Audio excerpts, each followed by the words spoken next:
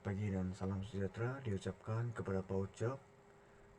Pada pagi yang mulia ini kami akan membentangkan pengaruh agama dalam peradaban. Sebelum itu biar saya perkenalkan diri saya.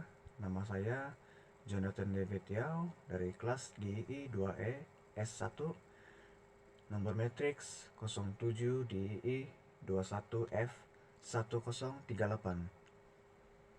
Oke, kita akan mulakan pada poin yang pertama. Pengaruh agama Islam. Alam Melayu sebelum Islam didominasi oleh beberapa kepercayaan, antaranya agama Hindu, Buddha, dan juga animisme. Sebelum datangnya agama Islam, masyarakat yang dahulu mempercayai kepada agama Hindu, Buddha, dan juga animisme. Setelah kedatangan Islam, sastra Melayu yang dipengaruhi oleh unsur-unsur Hindu telah berjaya diislamisasi dengan memperlihatkan pengaruh Islam telah mengubah kehidupan dan ilmu kesusastraan Melayu. Sebelum kedatangan Islam, dalam segi ilmu peradaban, mereka kekurangan ilmu. Setelah kedatangan Islam, ilmu kesusastraan Melayu semakin meningkat.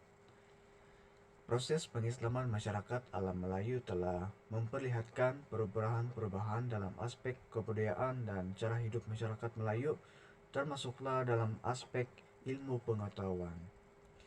Cara hidup masyarakat Melayu yang dahulu sebelum adanya agama Islam, mereka mempercayai animisme yang dibentuk dalam menyembah pokok ataupun barang-barang lain. Yang kedua, aspek adat dan cara hidup.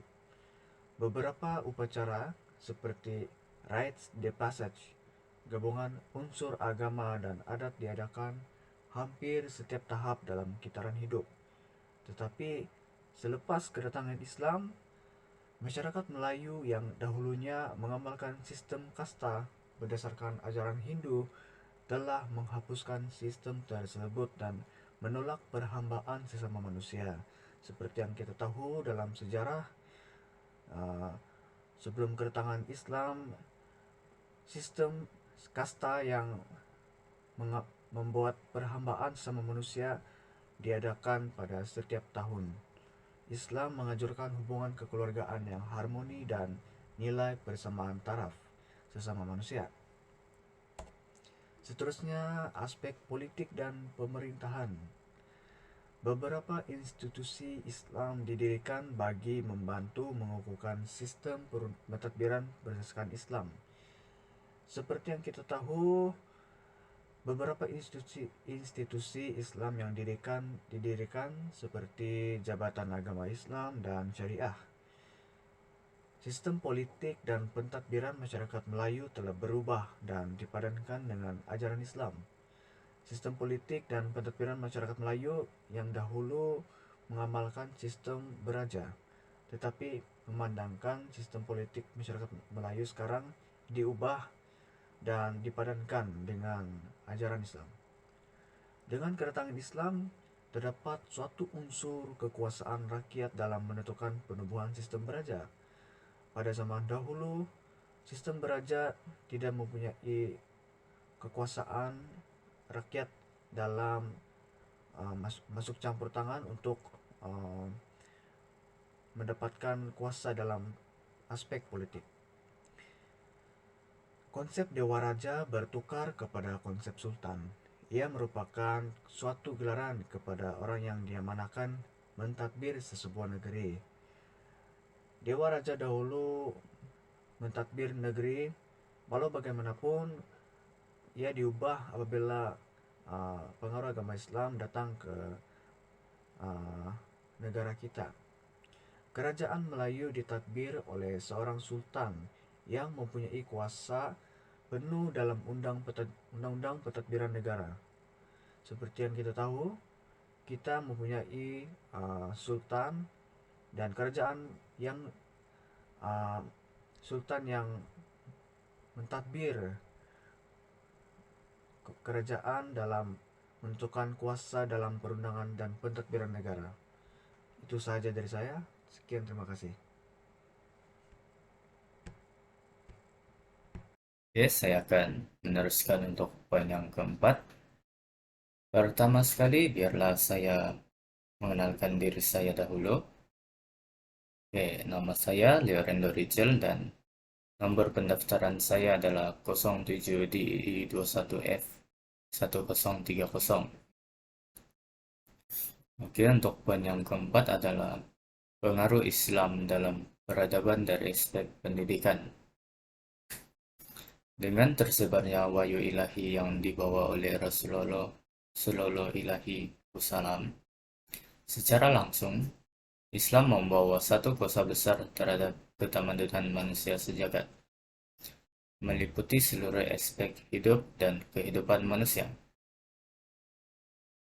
Dalam perjalanan sejarah kelahiran Islam yang memakan masa lebih kurang 14.000 tahun yang lalu adalah merupakan kematangan umat manusia di dunia ini. Dengan itu, masyarakat Islam telah banyak memberi sumbangan kepada dunia, terutamanya berupa karya-karya saintifik, falsafah, dan teknologi. Dengan demikian, apakah yang dimaksudkan perkataan tamadun itu sendiri? Dalam hal ini, banyak istilah-istilah tamadun yang dapat diketahui dan diambil daripada pendapat para sarjana di timur dan di barat. Untuk mengupas persoalan ini, tamadun boleh didefinisikan mengikut tiga bahasa. Saya akan membahas salah satu daripada tiga bahasa itu tersebut, yaitu bahasa Melayu. Menurut Kamus Dewan, tamadun didefinisikan sebagai kebudayaan, peradaban, dan kemajuan. Manakala peradaban diartikan sebagai kemajuan yang meliputi fisikal dan spiritual susunan bangsa atau masyarakat.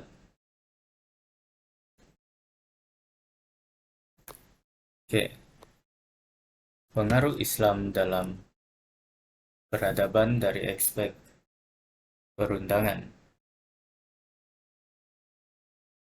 Oke, bermulanya pengaruh Islam dalam Undang-Undang Melayu lama ini adalah daripada institusi pemerintahan peraja yang memang terdapat di Asia Tenggara. Sebelum ini, di Asia Tenggara institusi pemerintahan dan pentadbiran serta perihal undang-undang adalah berlandaskan peraturan daripada prinsip Hindu-Buddha.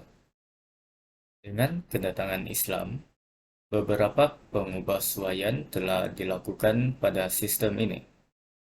Pengubahsuaian yang besar ialah sistem pemerintahan berasaskan Islam secara tidak langsung turut mengubah sistem undang-undang berlandaskan hukum Islam.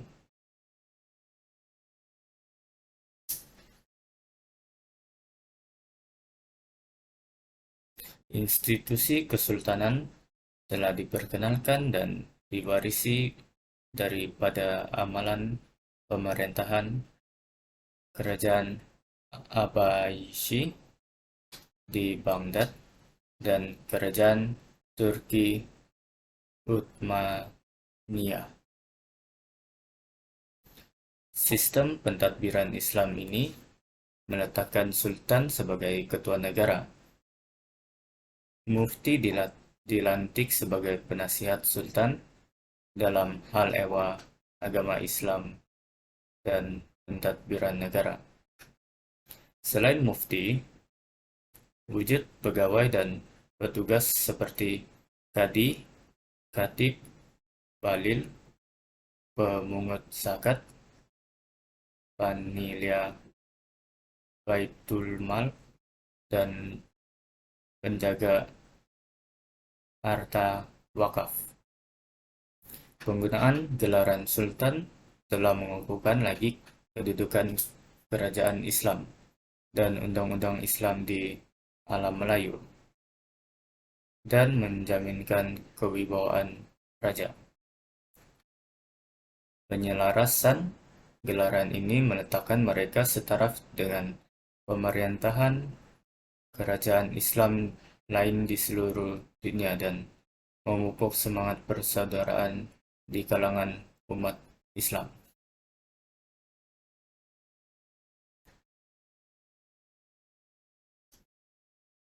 Oke, poin yang keenam adalah pengaruh agama dalam peradaban dari aspek kekeluargaan. Sistem keluarga atau lebih dikenali sebagai fiqh usra di dalam kitab-kitab fiqh Islam tradisional adalah salah satu dari aspek penting di dalam Islam. Penekanan terhadap isu ini sekaligus menandakan Islam amat mementingkan permasalahan penyusunan keluarga yang baik dan juga menunjukkan kepentingan keluarga di dalam Islam. Kepentingan sudut ini lebih jelas juga dapat dilihatkan di dalam bilangan ayat-ayat yang menyentuhkan permasalahan dan setengahnya dijadikan sebagai ayat-ayat muktamad yang tidak dapat dipertikaikan lagi artinya. Kewujudan ayat seperti ini ialah sendiri. Kewujudan ayat seperti ini adalah sendirinya dapat difahami kedudukan isu keluarga di dalam Islam. Hukum-hukum yang berkaitan dengan keluarga di dalam Islam menyentuh hampir keseluruhan aspek kehidupan masyarakat. Contohnya, aspek ibadah, sosial, pendidikan, perundangan, ekonomi, dan banyak lagi. Oke, itu saja dari saya.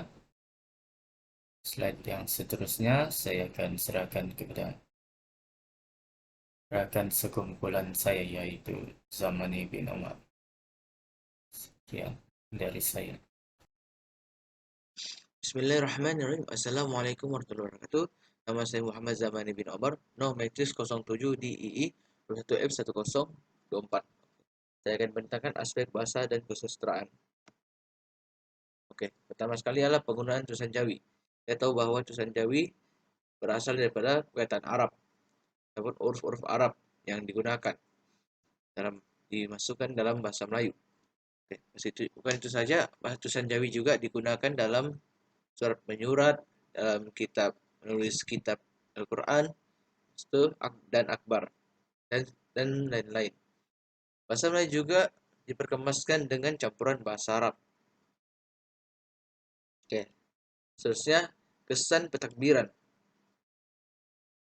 Kesan pentakbiran dapat kita lihat daripada sultan sebagai ketua agama dan negara. Maknanya sultan itu dapat lihat dia menukarkan daripada raja ke sultan. Lepas itu pengenalan institusi kesultanan yang secara meluas bermula daripada Melaka dibawa ke alam Melayu, diluaskan lagi perkembangannya penggunaan sultan. Lepas itu penggunaan undang-undang syariah. Kita dapat melihat daripada sektor dan pemerintahannya digunakan kependudukan agama Islam. Next ialah pesan dalam kesenian dan kesusastraan. Pesannya kita dapat melihat lahirnya tulisan Jawi, bahasa Melayu, lingua franca, dan bahasa ilmu. Bahasa Melayu ataupun kita bahasa Melayu menggunakan tulisan Jawi ditulis dalam kitab-kitab ataupun akbar oleh orang yang berilmu. So kita dapat melihat seni kod batu nisan, bila mata keris. So kita juga dapat melihat seni bina bangunan masjid yang ada ala-ala Arab sedikit ubahnya tu. Oke, sekian, terima kasih.